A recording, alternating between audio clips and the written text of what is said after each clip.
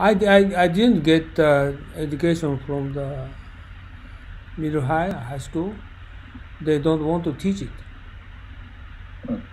Since 1815, they don't want to touch it. It's Oh, of course, they did maybe. wrongdoing, but good doing is both of those. They need to give them history and give them how to give them think what happened in the before. But Japanese students they Well, don't get education. I think you get the teachers that you deserve. First of all, um, what I feel is that teachers in Japan are well, not unlike other countries in the world, but we don't respect our teachers enough to pay them a proper salary in order to give them a decent work situation. So a lot of teachers that I know in Japan, they work very, very, very long days. They're always expected to support club activities in the weekend. They don't get a reward. Their life is and the way and what they teach is very much limited by the curriculum that they need to fulfill, and the fact that basically their output is only measured in one thing, and that is the result of the entrance exam of the university that these kids want to go to. Um, that is a system that Japan has created where teachers are not motivated to actually Mm. go out of their way to actually educate these children. They're cramming them. The Japanese school system, the way that I see it, is just a big cram school. It's not something that we are actually actively learning something, teaching these children to think by themselves. No, we are teaching them how to pass the entrance exam, Mm. and that's not the purpose of education. The purpose is not the entrance exam. Mm. Purpose is basically to prepare them for the rest of their lives, to Mm. create an interest and joy in learning. But that is not part of the Japanese education system. Mm. And if you talk about history, I feel that once they really start to communicate and debate with children, a Mm. lot of parents will be very upset by what is being taught to them, because whether you talk from the socialist perspective or from the Mm. democratic perspective or from a republican perspective, Japanese people are very sensitive when it comes to exchanging ideas. So I already feel sorry for any teacher who's trying to create a debate among his students, his pupils. But because I'm sure that he or she will get a lot of complaints from parents, what the hell they're teaching their children. So Mm. I think a lot of people will choose the safe way and say, okay, we are busy enough as it is. We have enough responsibilities to also have to deal with the parents and also have to deal with a lot of the criticism that we will get. Because to tell you the truth, I feel that a lot of Japanese people have very long toes where it comes to debate. We are not very good in dealing with other people's opinions if they don't align with our opinion. Mm. And you said 2 points. One point is still I don't know how come so teachers are so busy for 7 days. Well, because actually, for example, in the Netherlands, if during on Saturday and Sunday, I would go and play tennis and soccer, the same as Japanese high school kids. But the difference is that I play tennis on a private club, or a club that sounds expensive, but in the Netherlands, like every club is private club. So I would play tennis in a private club. I would play soccer in a private club. But in Japan, every sport activity is organized around school. So children, when they are playing in the weekends, the teachers are assumed to be there. to look after the students, to prepare for the sport activities, to clean up after the sport activities. Then they need to correct their homework. There's lots of homework because, again, these children need to be prepared for the entrance exam. So there's a lot, and there's a lot of meetings. There's the PTA, the Parents Teachers Association. It's just too much. Who's wrong? I think it should start with the basic concept that actually children are to be prepared for the rest of their life, not for an entrance exam, but they need to learn a few things that prepare them for their future.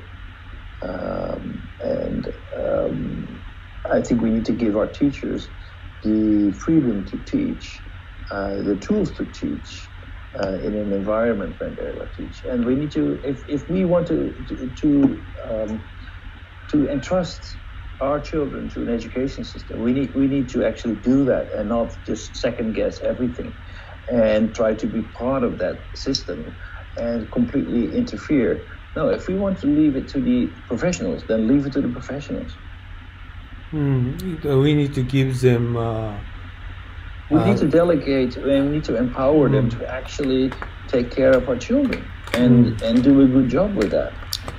So, but there's so much, and this is certainly not only in Japan, but I hear this from educators in the Netherlands as well, that the parents are one of the biggest problems for most teachers, because they second guess the teacher all the time. They always trust that their kids are not doing anything bad, or they feel that the children are entitled to this, that, and the other. Where in the old days, the parents always sided with the. Maybe Takashi, we can listen your TV noise.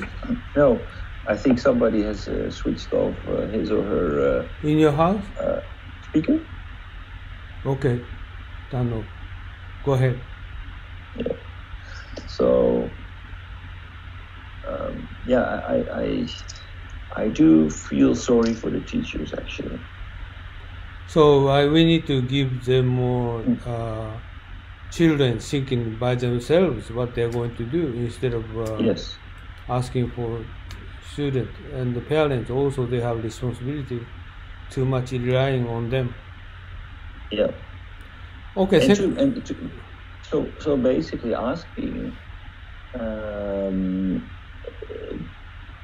teachers to prepare their children for the rest of their life, but then whenever when teachers are trying to do that and constantly trying to interfere and second guessing the teacher and siding with the children and demanding this and that and the other from the education system, the teachers have to balance and are performing a balancing act, and they have a lot of responsibilities.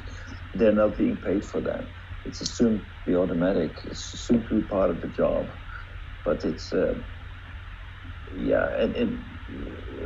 I think this is one of the key differences. For example, with Finland, where teachers are getting a much better salary. They get smaller classes. They get more freedom to actually educate and really focus on children and look at, okay, what kind of child is this? Where are his or her interests? And how can I provide them with an education that will help them to achieve their life goals? Whereas in Japan, that's not the question. The question is, how can I prepare this kid to pass the entrance exam? Their salary is cheap comparing with overseas? Yeah. How much Japanese cheap? Yes? So how about time and the opportunity for studying and learning after we graduated? We graduate, for example, from university and high school. Mm-hmm. Then how is the time, education and training after we enter into some company and organization?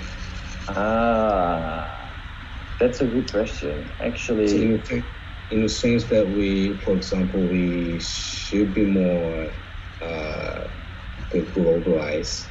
We should have more, as instance, dignity.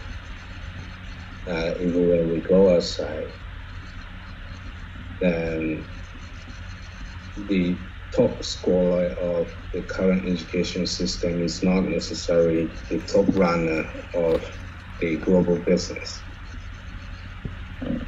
Or it might be true that, yeah, if we could take higher score in the school, university, we might give them more chance to be that person. But I'm not sure. I'm not sure either. I don't know how much room there is for permanent education. To be honest, everybody's talking about it, but my experience in the Netherlands, sure, we would have some education, from now and then. It's necessary also in the software field because that's constantly changing, so that's kind of obvious. But I'm not sure whether we provide our people with many educational opportunities. There are some tax advantages if you want to study something outside of your job. If you want to provide your people with education, the government has provided us with some tax exemptions, but how much we invest in education, I'm not so sure actually.